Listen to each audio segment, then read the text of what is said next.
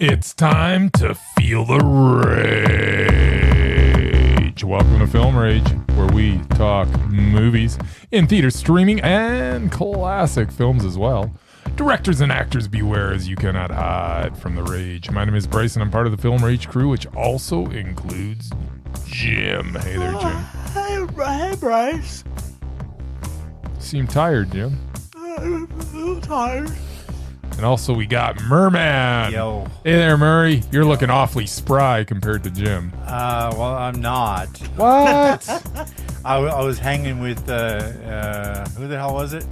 Not 50 Cent, the other guy. I don't know. Not Nelly. 50 Cent, the other Nelly. guy? Nelly? It was Nelly. Apparently it was Nelly. It wasn't 50 Cent. You were hanging out with Nelly? I was Chilling like part a of villain. his crew Wow. Feeling like a for villain. one night only. I think you meant to say, wow. Wow. It's hot in here. Is that the song? Apparently is it's that a the big song? I don't guess know. so. Is that the It's getting hot in here? Yeah, that's him, apparently. Take off all your clothes. Anyway, Yeah. Oh, it's a so pretty yeah, good I one. didn't get a lot of sleep either. I I'm know. here. Nice. Damn it. Super. So, with the introductions out of the way, let's rage on. Well, thanks for all been supporting us. If you love our independent podcast or even just like it a little bit, give it a 5-star rating on your listening platform or support us and join the Film Rage community at buymeacoffee.com/Film Rage YYC. If you cannot commit to a membership, you can still buy us a movie rental and dare us to see a terrible film and we'll watch it.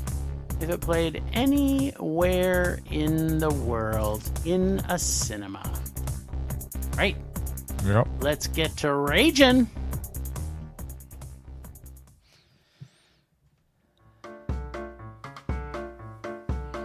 What the amazing man can predict? What the amazing man can Predict?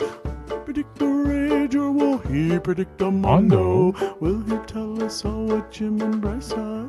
Movies. Here he comes now, kids better watch out, 'cause Murman is swimming to you. You and you.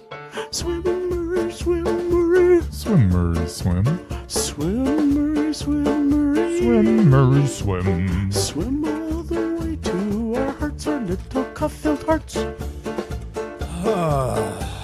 Movies. Movies, movies, movies! Movie is on. Despite the fact that you guys are cuffing all over the place. Yeah, cuffed in my you still pants a managed few to find times time too. to see 4, possibly 5 movies. I Five. don't even know. Five. I don't know if Five. you guys got all of them. So Let's Sure sing a did. song We'll about see. 5. all right. First up, we have Sinners, a Yes, vampire movie. that's is. right. Actually, Murray saw this. 2 Michael B. Jordans, not 1, but 2. More, Double Because B. that's double the Jordan. yeah. Double B pleasure. More Michael B for your buck.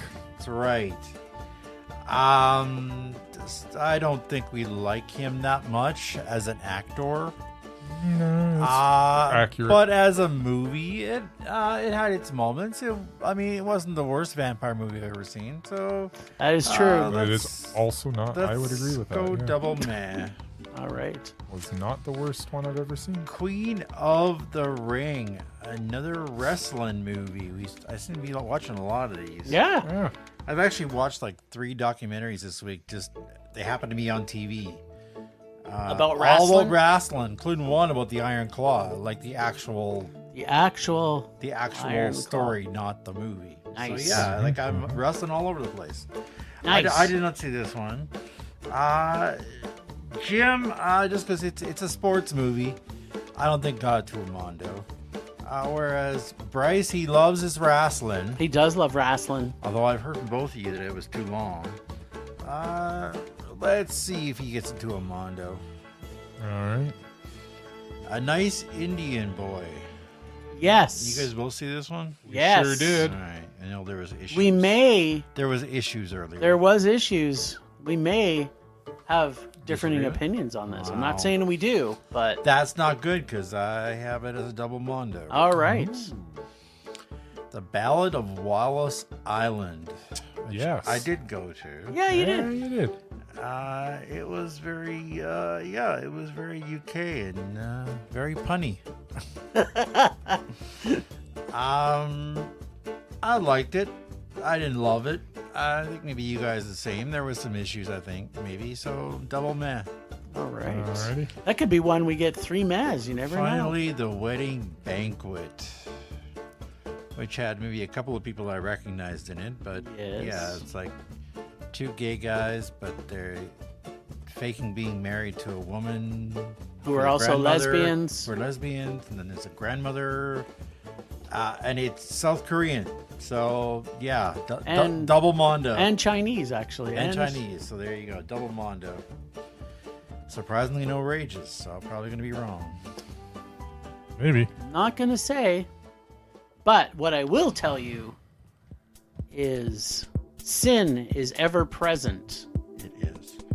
All right, well, you know, this movie seems to have taken the world by storm for some reason. What's that? Sinners. Oh, Sinners? Yeah. So it's definitely a vampire movie unlike any other.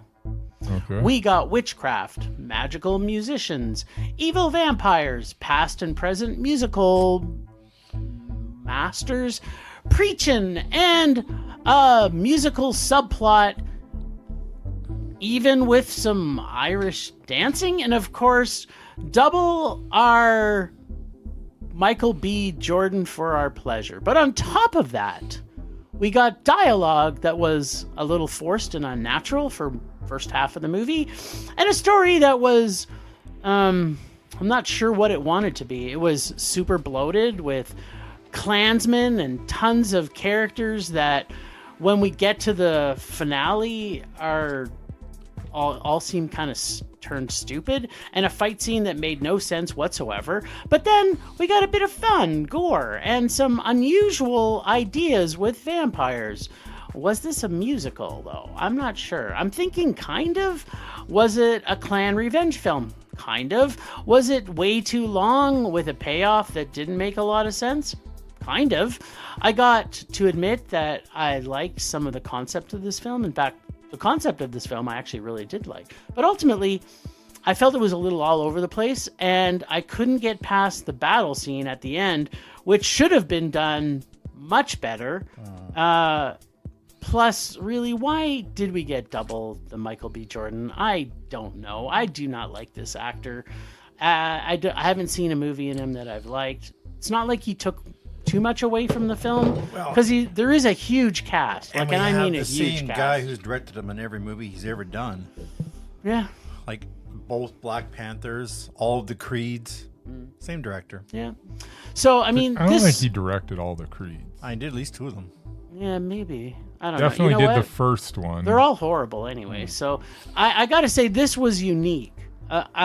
Watching this film, I felt it was very unique. But it was way too long. And just, you know, I first watched this, I thought there was I found way too many holes in this.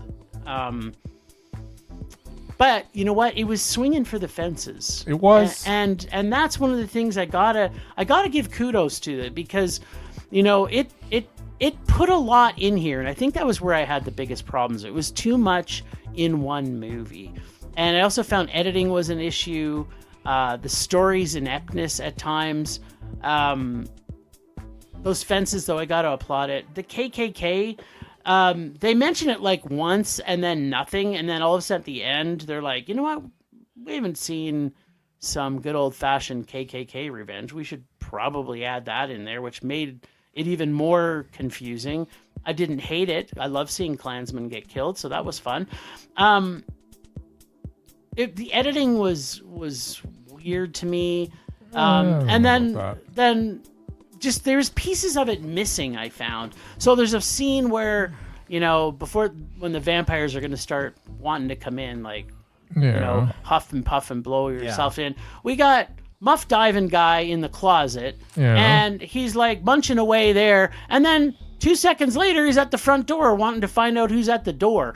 Like, if you're busy munching on puss, you're not going to be like running around seeing who's at the front door. Like, he was literally within 2 seconds he's at the front door. I'm like, okay, this is another scene of editing. I think there's obviously a scene that we missed.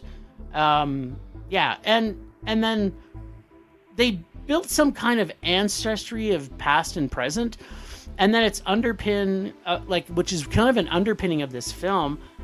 That just didn't go anywhere. It was like we got sprinklings of a bunch of stuff that just seemed there was way too much going on. If they would have simplified this, took about 40 minutes out of it, it could have been an amazing film. It's barely getting a low meh for me. On a good note, though, the music was fantastic. Yeah, the music in this, and the one scene where they integrated past, present, and future, it was very cool. I just don't know if it worked in the film, but it was cool to see. So I can't hate it because I didn't really super hate this film. I had a lot of problems with the story and the editing and some of how things got from one place to another. But yeah, I think people should see this. It's visually a very good film. It was a low man. Low man. Well, as you know, I'm all about the vampires, so you do love your a little vampires. pickier about the vampire lore and how it is portrayed. There was some backstory here, which Jim didn't mention. It's like the two brothers, these twins who are gangsters, came from Chicago. It's presumed that they made off with Al Capone's money or somebody's, like they stole from the Italians and the Irish both, including their whiskey, and brought it back to this Alabama or wherever the hell they were, this KKK town, basically run by some southern town where they still had slaves. And yeah, they decided I don't know if there was slaves. No, they were just treated poorly. No, it wasn't the kid with the dad who was the minister. Wasn't he like picking cotton in the morning or something? That's a job. That's he was a getting job, paid man. for it. Oh, I thought he was something a slave. No. Anyway, that's beside the point. But yeah, well, you brought it up as a point. No, but they showed up with like this wad full of money, and they want to like start a club. Yeah. And as far as I can tell, it's right in the middle of freaking Prohibition, so it wasn't exactly a good time. Yeah, it was the 30s, yeah. Yeah, so it was the 30s when everybody was struggling anyway, and they had all this money, and and the whole vampire thing, I don't know. At some point, they're like, well, if you kill the head vampire, won't the rest of them turn to normal? And it's like, no, it doesn't work that way. That's exactly how it worked. As soon as, the one Michael B. Jordan that was left had the knockdown fight in the water with the main KKK guy, the rest of them just kind of, I don't know if they died or they disappeared or what happened, but they stopped fighting anyway. I mean, she didn't say she was an expert. So. No, but I mean they basically were trying to make us believe that that's not how it worked. Yeah, it's all they had to do was go after that guy. Switcheroo. All they had to do was kill that guy in the first place, but of course they didn't. So everybody else gets turned into a vampire. Yeah, there was some good blood and guts and gore and some good kills. And then, of course, at the end, there's the whole revenge thing, which seems out of left field. After his entire party, they're all dead except him, and I think the kid. And then he goes and finds a freaking Gatling gun or whatever it was, like the mobster guns, machine guns. Yep. And just wipes out the rest of the KKK. I'm like, okay, this is after the vampires destroyed his entire family, but whatever. Yeah, no, it wasn't great. Again, it was a meh. I mean, wasn't horrible, but I've definitely seen better. All right, what do you say, mister? This was visually excellent. Like, really, really excellent. Agree. Music was amazing. It was excellent. I just loved a lot of the acting in it. I thought everybody that was in it was just spot on. Michael B. Jordan maybe could have been cast someone else, but or it's Ryan. Cast another one. It's Ryan Coogler, so yeah, he's gonna. They're playing twins though, so whatever. Again, not an essential part of the it wasn't story. Necessary. Yeah. No, what's not? You know what? It's fine that if they're twins, they're twins, and if you want to cast them, I mean, it's not like frickin' casting Robert De Niro as two different people in a frickin' movie. That you can't tell them apart. It's like, come on. But the music was great. Yeah. I mean, there was just so much good in this, but it's just so long. I don't understand why this had to be 2 hours and 20 minutes. I mean, you're kind of making... I think you wanted to make something epic, But it just, in doing so, by making it 2 hours and 20 minutes, it was just a test in endurance. And by the end of it, I was exhausted, and I was just like, I don't care anymore.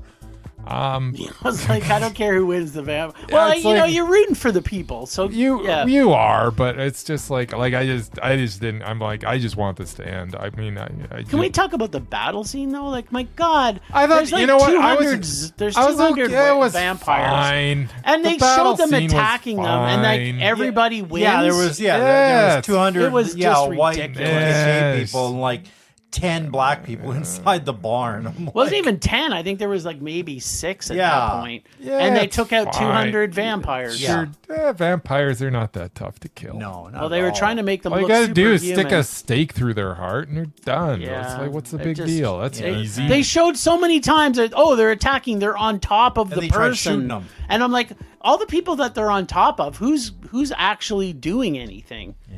It just was a horrible directed fight. It was fine. It was not. It was you know terrible. What? It wasn't. It wasn't terrible. Kudos to Ryan Coogler for putting something on the screen that was original and visually stunning. I'm going to agree with that, but if you're going to spend the time to make a vampire fight, who cares about the fights? My God, that's like you watch this movie, you're watching it for who cares? I'm about the characters and the dialogue, and I like the characters. I like the dialogue. I like the situations. I just thought it was too long.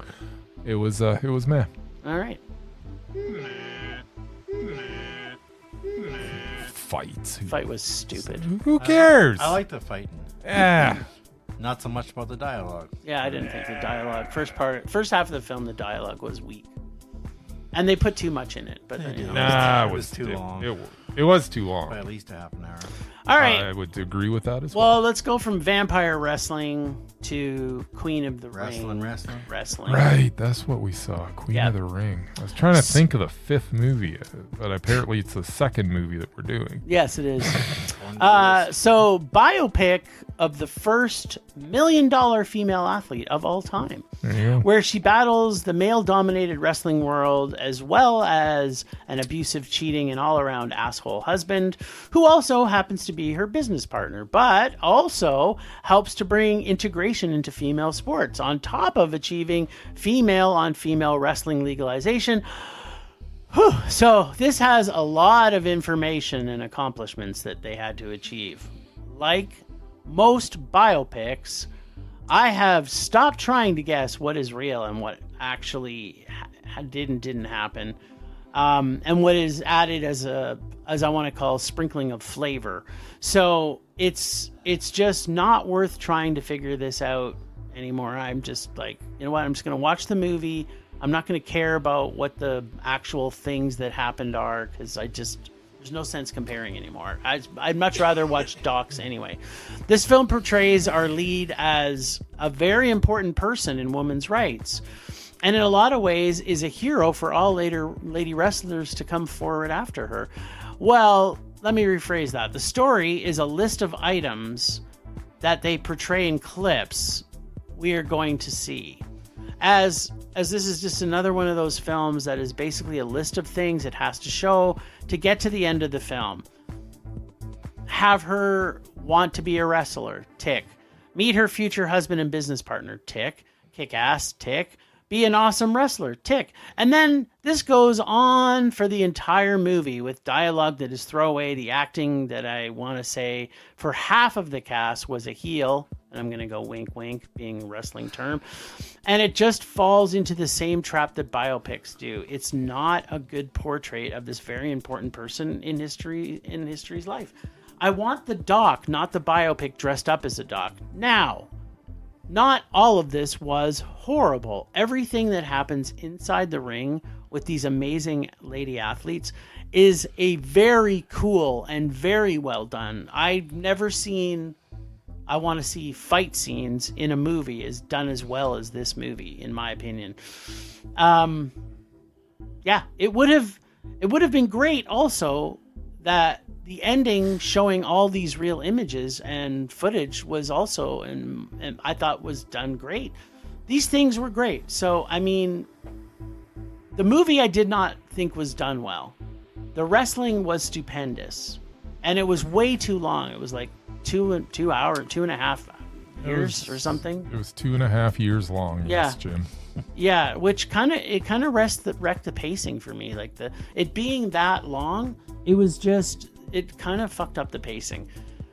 I kind of want to rage about this because I wasn't happy with the whole story of it, but I can't because the wrestling in this was so good. Like, I mean, so good.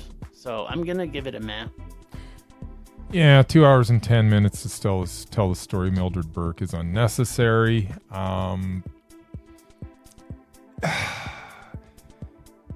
To your point, if you know about her life, a lot of this was true. Some of it was a little bit embellished. So that's always... I don't understand why you can't make a biopic and just make it all... About what happened instead of embellishing stuff. But the movie plays out like a montage almost. Montage! But you can't have a 2 hour and 10 minute montage. It's just ticking boxes. It's just, let's show the boob. Like, it is literally just, it's a montage of her career. It montage! Really is. And it kind of annoyed me. I didn't really get to know anything. It wasn't informative. She was very good. Whatever her name was, Emily Brett. And holy cow, was she jacked? Emily Rickards. Yeah, she got into shape jacked. for sure. Walton Goggins was great in it. It was fun seeing Jimmy Cornette playing one of the promoters. Jim Cornette. Yeah, if you're a wrestling fan, you know Jimmy Cornette, and he's hilarious. He's not hilarious in this movie, which I wish they would have let him kind of ramble a little more. I don't even think the guy would needed a script. He knows enough about the history of wrestling that he could have just just ad-libbed his way through this thing, and it would have been genius. But they didn't do that. They stuck to this kind of vanilla script that just was as you say, ticked all the boxes, and then it ended, and I was like, I wish I had at least half an hour of my life back. That was a really long movie that didn't really teach me anything. But to your point, I mean, it had some moments, but wasn't the wrestling fantastic in this? Like, I don't know wrestling, so I don't. But it was all well shot. I mean, and yes. it was a competently shot movie, but for the wrestling. I was kind of annoyed by the end. I hate to do it, but I'm gonna. Queen of the Ring is a rage for me. Oh. Even with the great wrestling. Yes, it wasn't what I wanted it to be, and maybe that's part of the problem. And it's another movie where I know probably too much about Mildred Burke going in. Sometimes it's better to go into these things not knowing anything. I know nothing. You've never heard of Mildred Burke? Never heard of her. I just think what's interesting is that we had a great interview with Kate Kroll this week, and learned about Luna Vachon in her doc. Yep. And what I found interesting is that how did we go from her being like $1 million in the 1950s and 60s to where women are again kind of manhandled out of the situation? Like, there seems like a gap between Mildred and Luna, where it's like, what happened in wrestling for women? Honestly, it's the same story. She was the exception, and just like in modern day wrestling, there was still women that there was one or two that made a lot of money, but everybody else is making nothing. Yeah, that's still the way it is. It was the same back then, and she just happened to be the one superstar that she could actually go from territory to territory. She was the Hulkster. And she was the Hulkster. She was the women's champion. So wherever she went, that was the women's championship match. So that she was the big draw. And her actually beating men consistently must have been pretty interesting. It wasn't really a thing. It was kind of set up. Yeah, it wasn't a thing. Okay, well. So, anyways, there we go. It's like so I hate to Andy spoil Kaufman it for you being there. a great wrestler, but all he did was wrestle women. What's that? Andy Kaufman. Oh, Was yeah. the thing. I don't All he know did- where. I don't he know only why are we going to Andy Kaufman? Because he's wrestling. Because he only wrestled women. Maybe he wrestled Mildred no, Burke. He that never point. wrestled men. Maybe he wrestled Mildred Burke. So it was all set up. Anyway. Oh my God! You know what? Let's move I'm on. sure she was great, but before my time. If you believe they can put a man on the moon, that's what I want to Yes. say. Yeah, well, All right, well, this is where things are going to go off the rails. You think so? Yeah, I definitely know so. I've been So a pushing nice an elephant up the Indian, stairs. nice Indian boy. I've been This, throwing out punchlines that were never there. yes, exactly. This is a rom-com. In the corner, the piano falls. Okay. Crash Idea into the what the hell you're talking ground. about. All right. It's the other Andy It's Kaufman the other song Andy by Kaufman REM. song. Oh. Yeah. So yeah, this is a rom-com, just like every other rom-com. Okay, ever sorry. What are we created. talking about? A I nice was- Indian boy. Oh yes, a nice Yeah. Indian boy. I mean, it has two people that fall in love, sprinkled in with some comedy. Something happens that causes them to question their love, and then they come back together. But unlike all the other horrible, unlikable, and for the most part, unwatchable rom-coms, this is a gay Indian rom-com. The comedy is very funny. The lovers are differentiated, not like traditional rom-coms, where one is an idiot and the other one is unlikable. In this one, the characters are rich and the dialogue seemed natural and real to me. Sure, it does follow the rom-com formula, and when we get to that point where in most rom-coms we are too split because of a stupid reason, this one seemed correct. And then I thought it is going to get ridiculous and weak like most rom-coms. This changed the model and made the characters richer and more real. And then something happened that never happens in a rom-com, at least for me, which is that the love of this Indian family spilled out into everyone in the film, as well as everybody, or in least this case, me watching it. And this, of course, made me pretty much cry for the last 30 minutes of this film. I got so connected to this family and these great characters that I was completely dialed in. I loved this film. Yes, me, I loved a rom-com, and not afraid to admit it, Bryce. And just like all great Canadian sappy Bollywood films, this ends with a somewhat family fun Bollywood dance number. And like most Bollywood films, I get the pleasure of seeing it was also a Mondo. I cannot believe you gave this a I Mondo. loved This is the most this movie. of all the rom-coms that have ever been made. You could put this as the template for the most formulaic rom-com It was that's ever nothing. been.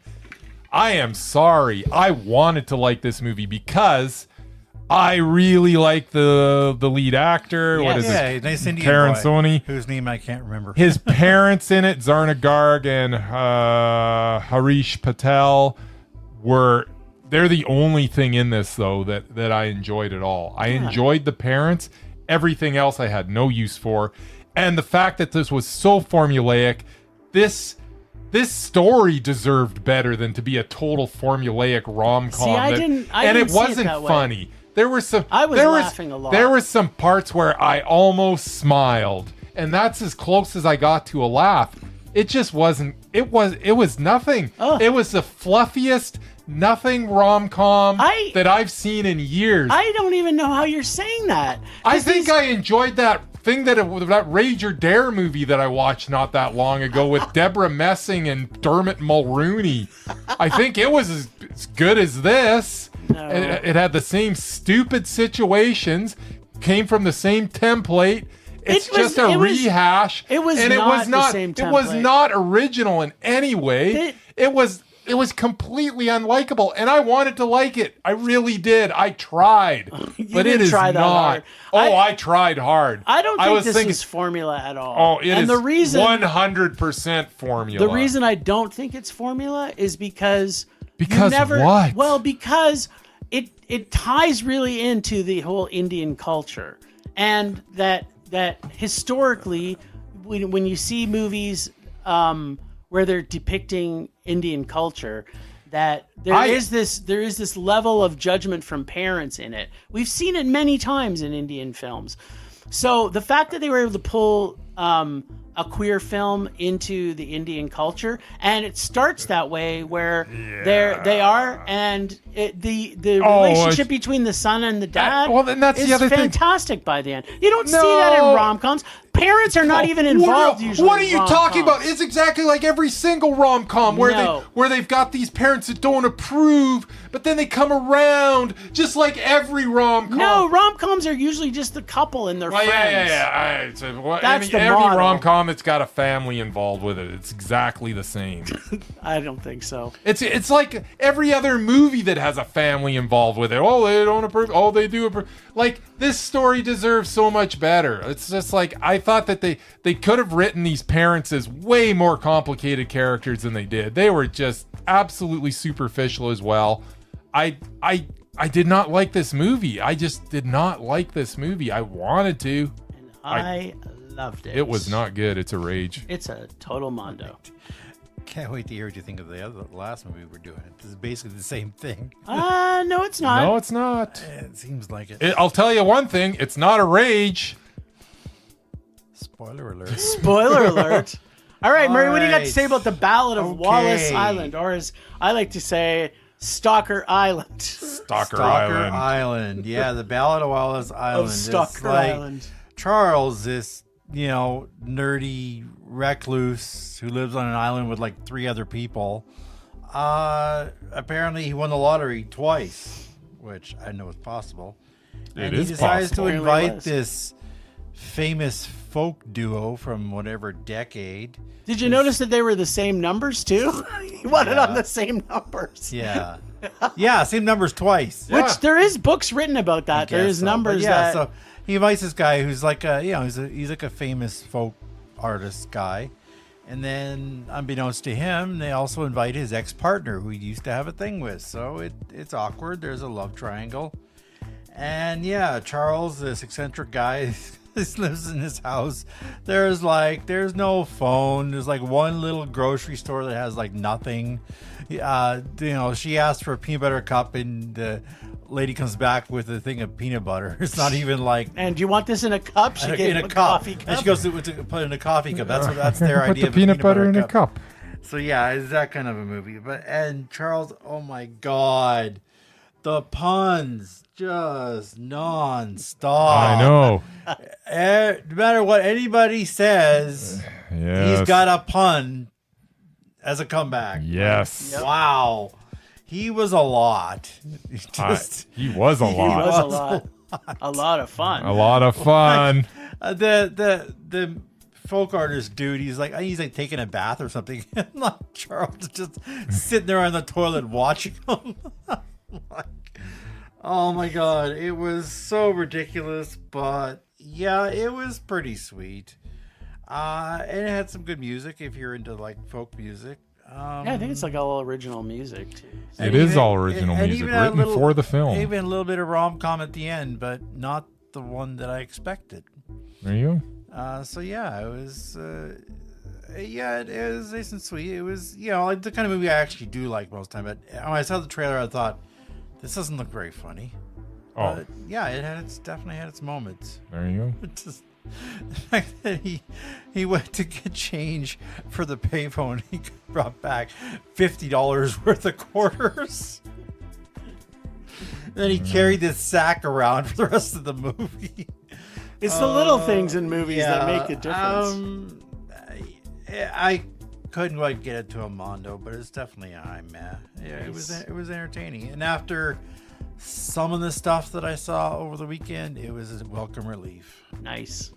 All right, Brycey, you go next. I go next. Yes. Well, it's sure not me. Yep. All right. This movie was all about Tim Key as Charles Heath.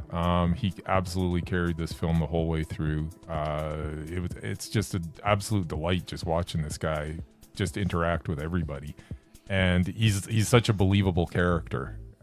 Even though it's like ridiculous, you're like, no, I'm pretty sure this guy could exist. And that's the charm of the whole thing. Honestly, the Carey Mulligan and Tom Baston as Herb McGuire and Nell Mortimer.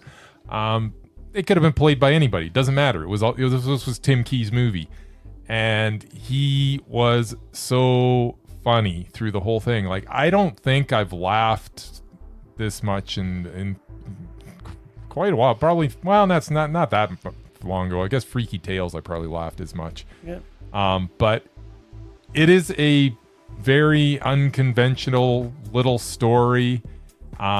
Every character in it is absolutely lovable, other than maybe the two main characters. Yeah. But it is all the townspeople, and like everybody else was just added so much to this movie, and there's just so much color that was added to this movie through all these little side characters. And yeah, the lady that ran the little, if you want to call it a convenience store, I don't know what you'd call it. It's her house. She's the only place in town that'll sell you anything. But you can't get a bag of rice. Nope, can't get rice. She has got rice rice pudding, pudding. though. You got rice pudding. But yeah, Put your phone in that. this was just very cleverly written, and it was just Tim Key just delivering these lines, just rapid fire succession. And even if like 50% of it landed, it would have been a high meh for me. But 100%, like every time they wanted me to laugh in this movie, I laughed. I can't deny that this was a Mondo. I enjoyed this so much. I was not expecting it. I went into this with no expectations, and I came out going, that was such a good time. I hope everybody should go and watch this movie. It is so much fun. I laughed a lot. Mondo. There you go. Yeah, this film is so sweet and touching, and a cute love tale that, as Murray has already said, that you think is going to go one way, but as the Brits tend to do, they surprise us and take us into a completely different love story altogether. So, what is the story altogether? Well, we have a quirky and very, very punny man, Charles, played, as you've said, by Tim Key, who literally every time he opens his mouth, literally every It's a time, pun, yeah. I could not stop laughing. Every time he said something, it made me laugh. But he has this way about him that through this weird but cute way, he adds puns to everything and just has verbal diarrhea. It's kind of his whole essence at the core. But which at first you think this is going to get old really soon. But actually, as the film progresses, his character just becomes sweeter and kinder and just that much more lovable. Well, he is a 2-time lottery winner, as Murray said, and his wife had died 5 years ago. And their favorite band is the couple called McGuire and Mortimer. And they were a band, but also a couple that broke up 9 years prior. It's a bit of a Three's Company scenario where he gets them both to come to play a private concert for him. And she brings the husband. In remembrance of the anniversary of his wife's death. Yeah. The story kind of leads you to think it is going to be this typical rom-com. Yeah, and they're going to reunite. Getting these old musical flames together. But as Murray's already said, our other lead, Tom Bastian, who plays Herb McGuire, he wants it to go in that direction, but it doesn't. It goes through. He goes through a lot of soul searching because he's like unlikable at the beginning of the movie, and comes through to a better person. And the romance comes to our grieving millionaire with the shopkeeper. It's very, very the only woman on the island, it seems. Well, you don't really know because I mean she's kind of the core of where people get everything, right? So I had so much fun at this movie too. I really loved this. At first when I was thinking about it, I'm like, what did I not like? I was trying to find something to like, but I couldn't because there isn't anything. I had so much joy, and even how it ends, like how this movie ends, is just. It's not what you expected, but Well, it's like better, almost more rewarding. Yeah, no, it's an ending that I would like, but you guys don't like when things get wrapped up in neat little packages. And Yeah, sometimes we do. But the thing is, this wasn't a neat little package. No, but the journey, it was a definitely neat little package would have been something that we expected was going to happen from the beginning, and it did not. Yeah, this was a complete surprise. But yes, they Damn, did. Night It is a Shyamalan it is a very sweet ending that typically we would not like. But there's nothing. There's nothing you can't like about this movie. To Jim's point, you look back on it, it's like, okay, where can I take points off for this movie to make it not a Mondo? I had all my dollar bills on the table when this ended. It's just a sweet, funny movie, and I can't deny the characters, all the characters, like even her and her husband. I still thought they were awesome too. Like there's some growth, and they both grew. Well, he grew, and she was just kind of the same throughout the whole thing. But she was, she was willing to, be able to work with him on a professional basis. Yeah. So she let bygones be bygones. Yeah. There's nothing wrong with her character. There's a whole lot wrong with his. His whole thing is that he's regretting what he did when he did it. When he did it, yeah. And the fact, here's the thing about films. We've talked about this before. Soundtracks are so important to a film. Yep. And the music in this was so good. Yeah, it was. So good. The harmonies when they were singing together, I was like, man, I'd buy their album. Yeah. Like the fact that they're going to write original music for this film is worth the price of admission in itself. And, download the album because it's awesome. There you go. It's so catchy. Yeah, this was a Mondo for me too. I love this film. I'm all about love this week. Yes, you are. Noticed. You sure are. Sure. Which leads us to the final film. Yeah. Yes. The Wedding Banquet. That's what its name is. It's refreshing to see a film that is set up to show queer culture in such a natural setting. This felt also yes, to me this real. one felt natural. Yeah, so did the other one. No. Yeah. The other one felt like just a formulaic rom-com. Not even close. Anyways. Usually big Hollywood films with a queer focus create one-dimensional characters. This is not that. Plus, I finally get to see how good of an actor Lily Gladstone is, instead of where she is one note and either that or she's lying in a bed for half of a movie. This is a complex and unfortunate story that I fear happens way too often in queer culture, and I feel they got this all so right in a way that seems so real, but also at times very funny, but not as funny as the trailer made you think. I thought this was going to be an all-out comedy, and it isn't. And it isn't at all. It's very much heavy drama, especially trying to do the funniest scene in this is when they try to de-queer the house when everything, and I'm putting this in heavy quotes, everything in this house is gay. Yeah. It's such a funny scene. But when Grandma shows up from Korea and she is on board with the whole, and I'm putting this in heavy quotes, plan, I started bawling my eyes out with joy at that moment in the film. So the other one I maybe cried the last 30 minutes. This one I cried for the last half of the movie, like nonstop crying. What is the plan, you say? Well, it's a wedding banquet. He's rich and Korean and is supposed to take over the family business. So to get his green card and avoid being forced into the family business, he is going to marry one of the ladies. Because his boyfriend didn't want to marry him because of his hangups. And then in return, pay for his lesbian bride to get artificially inseminated with her lesbian partner.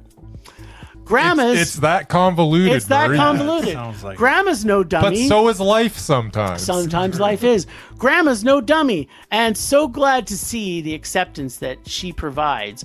And getting to see her get to see the real person that her grandson was a beautiful portrait, which I'm sure doesn't happen as often as we got to see in this movie. And, I don't know how many stories I've heard from some of my queer friends that have, especially ones from the States, where they've been disowned by their family. So this is refreshing to see that. The characters are flawed but full, and the story, although not necessarily new, was vulnerable, and at times it was fun.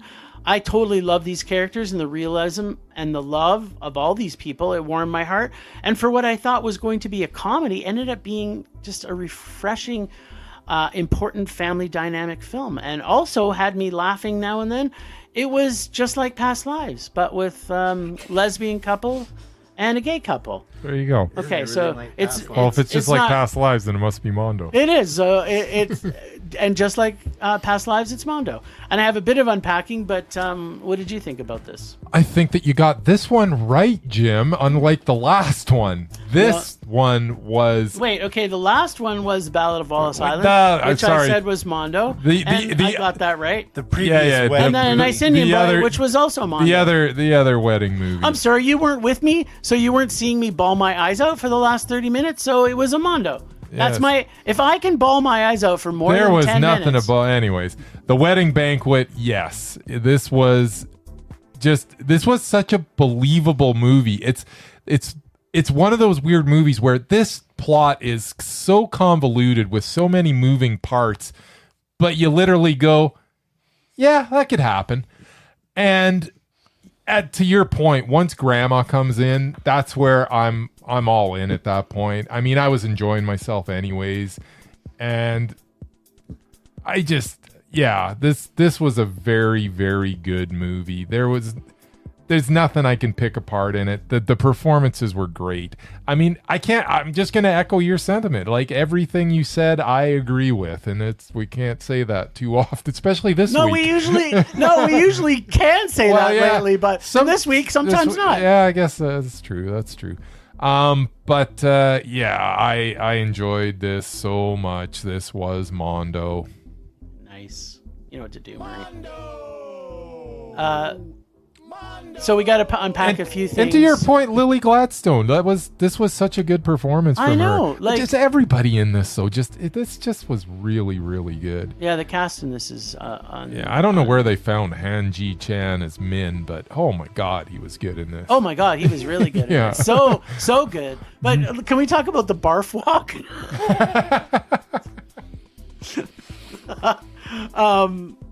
And then when she finds out she's pregnant, I was like, oh my God, I'm literally like bawling my eyes out. And the grandma was just so incredible. Yeah, the grandma was incredible. This was really good. Really good. As you say, that the trailer makes it look like an all-out, almost a screwball comedy, which it is not. It's the heaviest of dramas with some sprinklings which you need in a heavy drama. When you're dealing with like super heavy issues, you got to inject a little humor in every now and then just to... It wasn't quite the same as Flea and 20,000 Species of Bees for me, but the fact that I cried for the entire last half of this movie, I was just nonstop. It would be like something would happen and I'd just start bawling. I was able to get out of the cinema without collapsing on the floor bawling though. So I got out of the cinema and I was able to stop crying. So I never cried, but I did swallow hard a couple of times. Yeah, you do like to swallow hard sometimes. Nice. What's that? It's the Cuff Underground Film Festival. Calgary Underground Film Festival. Go to calgaryundergroundfilm.org and you will find we're just in the middle of it. We are. We got lots more to go. Halfway, but yeah. Yeah, probably just over halfway, right? I'll start on a Thursday, so yeah. Mm-hmm. So we're just going to talk about... Didn't start for me on Thursday. Yeah, started for us because... Someone can get that's a whole other story. That's a whole other story. Whatever. I'll see it eventually. Yeah, you will. So the first thing I want to say about this festival... Now, last year, we both agreed, Bryce and I, that last year's festival was the best Cuff festival that we'd seen with the number of Mondos that we put out. Yeah. By far. Yep. This festival, I think, is the most Cuff film festival that they've ever put out. Yes. And when I say that, there's so many independent, there's so many underground films in this that I'm blown away. Now, it's not to say that we love these, but if you're going to put a movie in it that has somebody's vagina that tastes like candy, even though it may not be the best produced film. Like, this is taking you places that this festival, I don't feel has had as much as what we got in this film.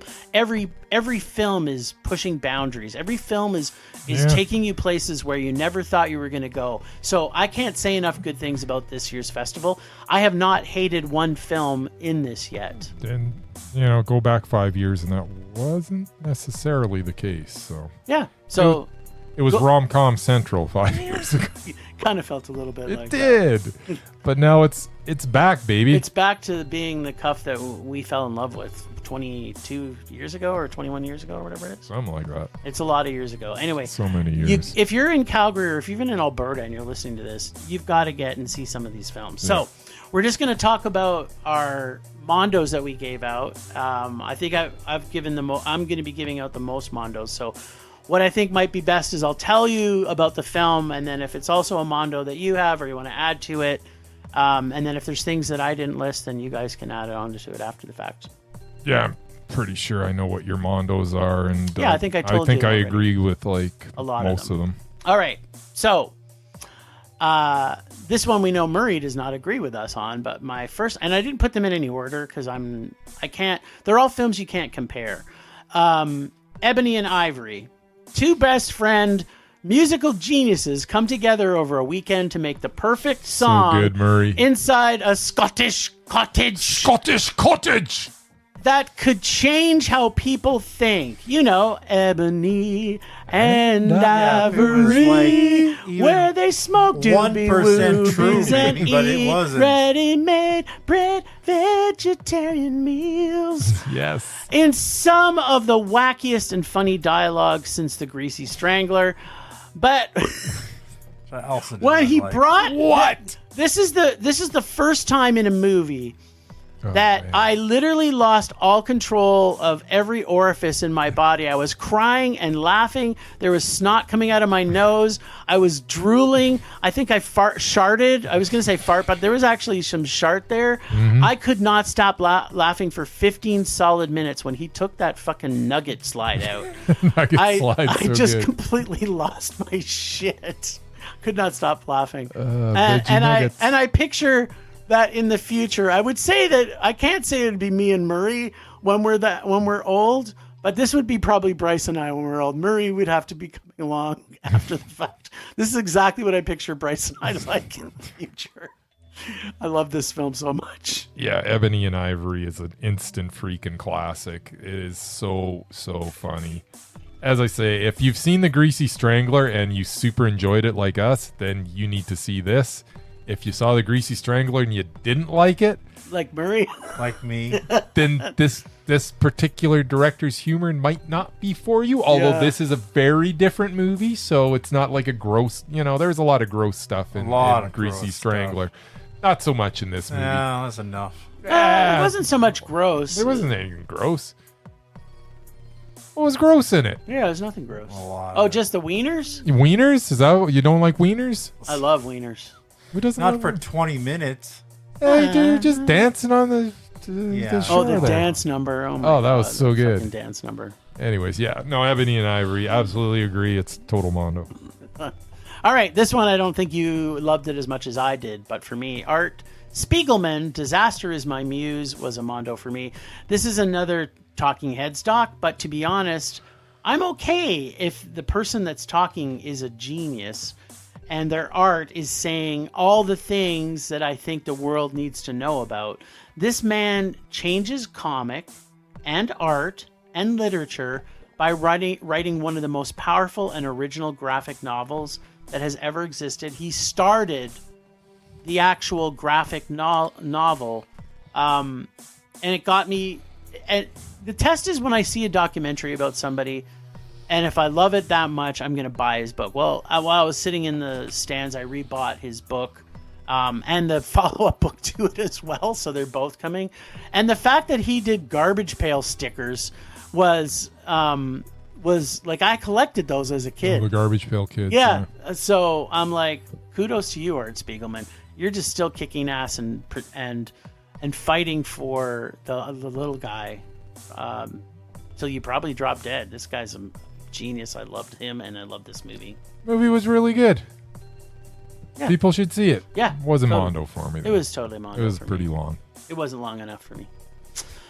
All right, I think this one we're all going to agree on, and that's Pastor Noster and the Mission of Light. So good. And I want to say bonkers cult blood orgy, which had a killer soundtrack, literally killer soundtrack. Mm-hmm. And the reason to make an underground film, fucked up, poorly acted, and a bad sound mix. But this was so enjoyable. The blood orgy alone is worth the price of admission. This was so fucking Mondo. I love this. So film. many good kills. Yeah, No, I it's did. just- I did not imagine that Murray would love this film. I cannot believe you missed that one. Like Jim and I both previewed, and yeah, this is the only one that I gave like a 5 out of 5. Only one. Yeah, And I didn't see it in the theater because I already saw it. Yeah. But The music in this. the music and just the insanity. It was like Oh, it was crazy. It's like Charles Manson's cult like up to like an 11. This is Except funny. This is the type of movie that you go to Calgary Underground Film Festival to see. Yeah, no, This is- I love that one. Everyone should see it. yeah. No, it was super Mondo. And the next one, I think we might agree on this one. I'm pretty sure we do. It's called "You Are the Universe." Mm-hmm. It kind of added to when you see the film and you know ahead of time, because we found out just before watching this that this was filmed before the Ukraine war started and finished it while the Ukraine war is on. So that kind of added to the film a little bit for me.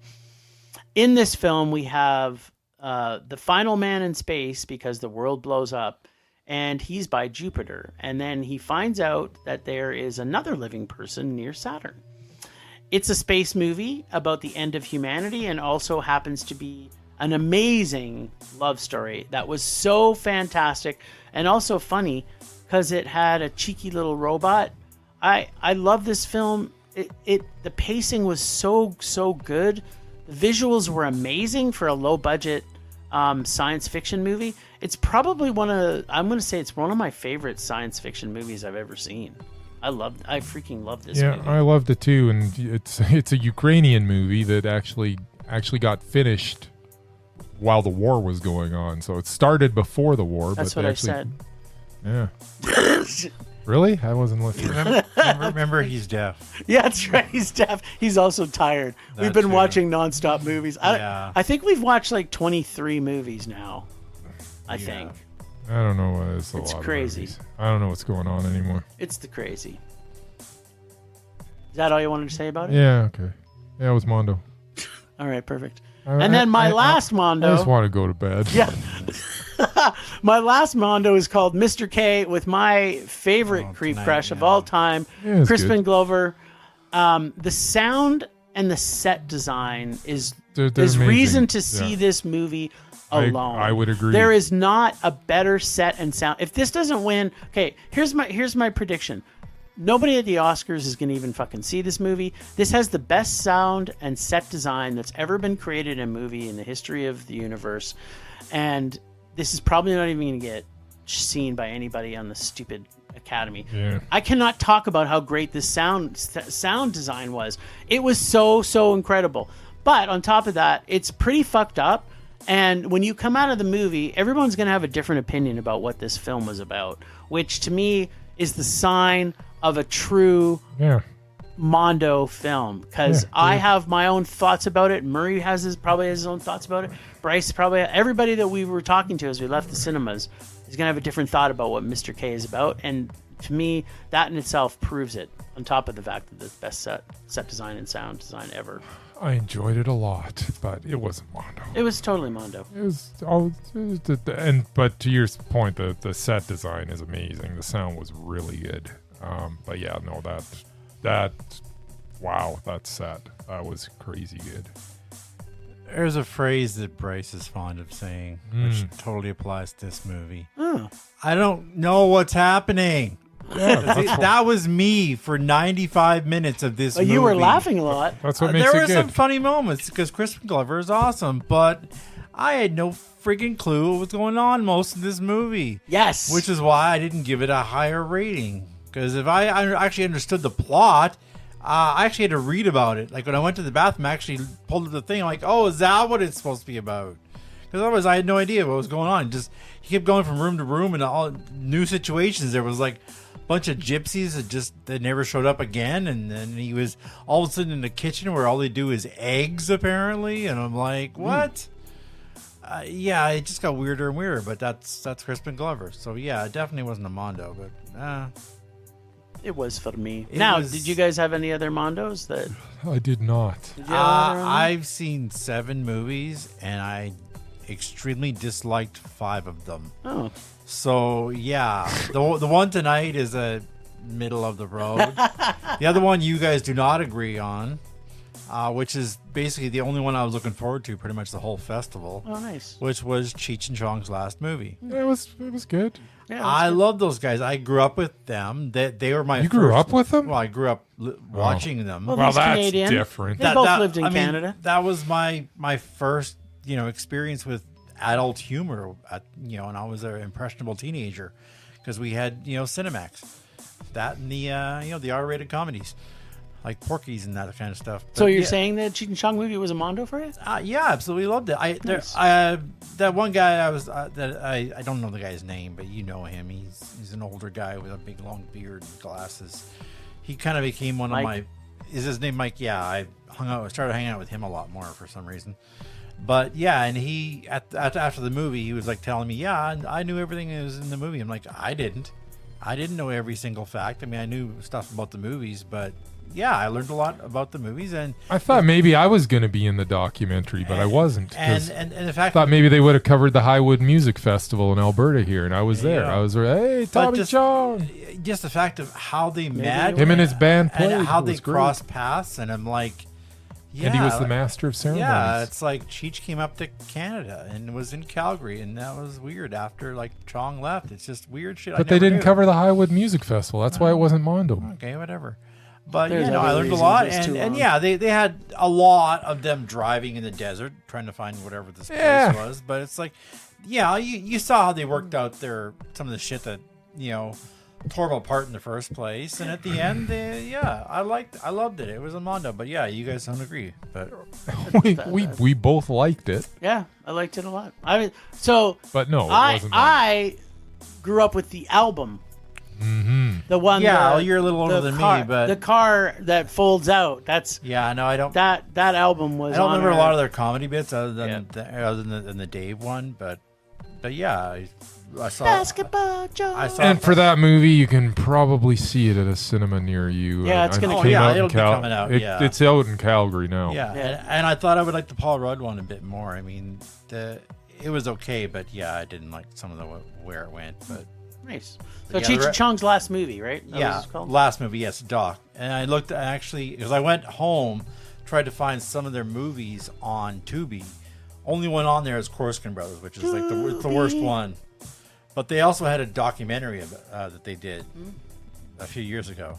Not the same, Nice. not as the same as this, but yeah. So I guess you can check that out too. But yeah, it's the only one that I really loved so far. And Nice. yeah, I won't be seeing anything now until probably the weekend. So Well, hold on to your hats, kids, because we're gonna have a part 2 next week. That's it, I guess, right? I guess Well- that's all we have. Thanks, Ragers, for listening. Thanks to Extended Film Rage family. You can find in our show notes. Thanks to Casey from the Nerdy Photographer for the voice of Rager Dare. Find us on social media everywhere at Film Rage YYC. Check out everything Film Rage at filmrageyyc.com, including our merch site for Redbubble and TeePublic. We're always wanting to make this a raging blast for all listeners, so please comment, like, and subscribe, and send us emails to filmragecalgary@gmail.com. Dares to see terrible movies to fuel our rage, but no matter what you do, please, please, please, please, please, please, please, make us our rage. That's it for this week.